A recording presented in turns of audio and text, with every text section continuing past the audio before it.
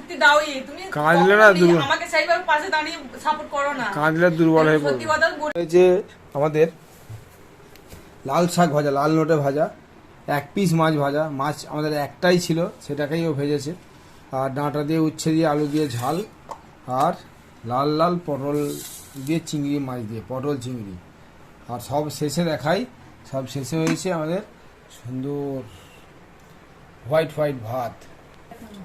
জলটা ঢালা হয়নি, জলটা ঢেলে নি। ভাতটা গ্যাসটা যায়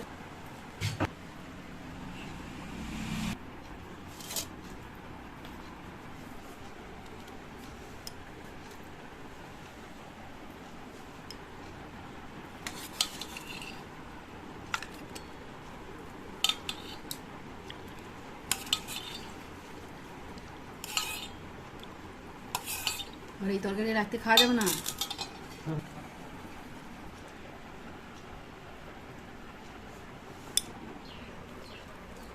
ক্যামেরা লাগালে দেখা যাবে দুজনকে?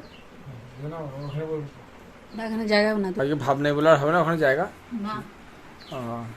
বন্ধুরা দেখতেই পাচ্ছেন, এতদিন আমার সঙ্গে ভাবছিল বলে আমি এখানে বসছিলাম, আজকে ভাব নেই বলে বলছে জায়গা হবে না।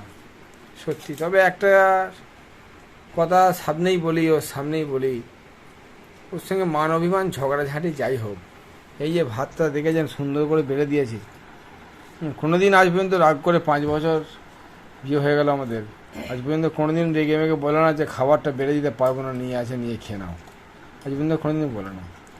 এইখানেই জীবনটা সার্থক। দেখেছেন ভাতটা কত সুন্দর দিয়েছে, দেখুন আবার কি চাই? কতদিন ঝগড়া হয়েছে, কতদিন তোমাকে বলেছি কই জীবনে আবার কি চাই? এখন তুমি কেন বলছো? সব দোষ আমার, কতদিন বলছি তোমাকে? সব দোষ আমার, আমি নন্দ ঘোষ, বুঝলে? জীবনের সমস্ত ঘোষ আর কি ঘোষ আমি জানি না। তোমার রাগের মূল উৎস, মূল কারণ হলাম আমি। সব দোষ আমার, জীবনে সব দোষ আমার, তোমার কোনো দোষ নেই। একটা মানুষ যে যাকে নিয়ে সংসার, একটা মানুষ সাপোর্ট ছাড়া কেউ বাড়ে না।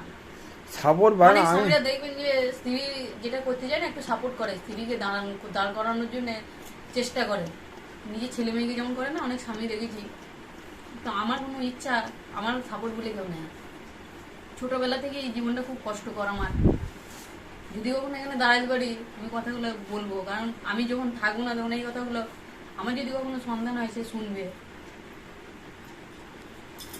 সে শুনতে পাবে যে আমি কি কতটা কষ্ট পেয়েছি। কারণ এই জায়গাটা যদি কখনো আমি দাঁড়াতে পারি, এই কথাগুলো আমি বলে যাবো, এখানে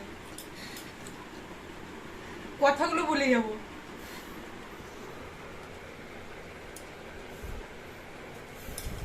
কিন্তু আমার কপালে মনে হয় দাঁড়ানো নেই।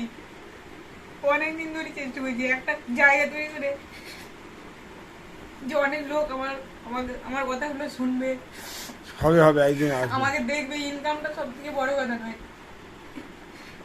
জায়গাটা ভালো লাগে, কারণ এখানে তো ভালো লোকও থাকে, খারাপ লোকও থাকে। জায়গা তৈরি অনেক রকম ভাবে জায়গা তৈরি করা যায়, বুঝলে? হবে নিশ্চয়ই, তুমি ভেঙে পড়ো না। অনেক ভালো লোকও থাকে এখানে, এই মিডিয়াতে কাজ করতে শুধু খারাপ লোকটাই কাজ করে তা নয়, ভালো অবশ্যই শিক্ষিত মার্জিত রুচিশীল মানুষরাও থাকে।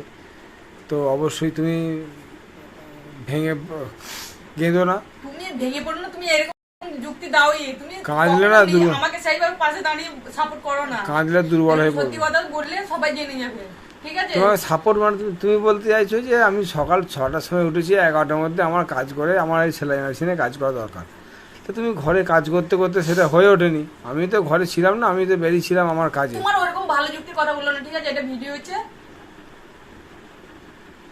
তোমাকে একটা কাজ করার জন্য কতক্ষণ বলতে হয় যে কাজগুলো তোমার দ্বারাতে হবে? কতবার রিপিট করছি আমি? আমার দিকটা ভাবছো না যে আমাকে তাড়াতাড়ি সবটাই খেতে হবে, তাড়াতাড়ি আমাকে তারপর 1.5-2 মিনিট কিছুক্ষণ টাইম দিতে হবে। তো আমি তো কোনটা আগে করবো বুঝতে পারছি না। তারপরে আমাকে একটু, আমার তখন তো ভাত খেয়ে তখন মনে হয় যে একটু রেস্ট করি। ঠিক আছে, সব দোষ আমার। ওটা হচ্ছে কথার ধরন হয়ে গেছে, সব দোষ তোমার।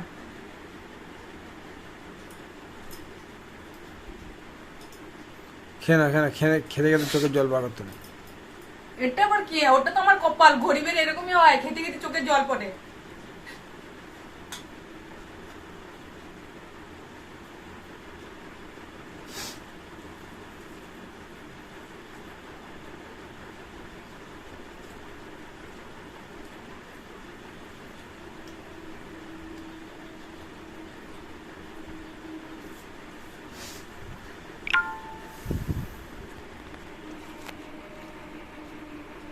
খেয়ে বন্ধুরা খাওয়া দাওয়া করে নি, পরে আসছি ভিডিওতে। মনটাই খারাপ হয়ে গেল। কেঁদেছি, কত ভেঙে চুড়ে বুঝিয়ে দিই মানুষটাকে। একবার বলছি না, হ্যাঁ তোর ইয়ে আছে, নে তাড়াতাড়ি করি, যুক্তি দেয় না। আমি নিজে নিজে সাজিয়ে নিই যে আমি এই টাইমে এই করবো, এই টাইমে এই করবো, নিজেই সাজিয়ে নিই। আমার মাথায় আসে না, আমার মাথায় আসে না। আমি তোমাকে তো বলতে চাই না, আমি নিজেই তো সাজিয়ে নিই। তাই সাজিয়ে তো নিতে হবে, আমি তো করে দেবো যেটা বলবো। আমি মাথায় আসে না আমার, কোনটার পর কী করবো আমি বুঝে উঠতে পারি না। আমার কাজগুলোর জন্য ঠিক আছে, কিন্তু অন্যান্য কাজগুলো আমি কোনটার পর কী করবো আমি বুঝে উঠতে পারি না। খেয়ে নাও, খেয়ে নাও।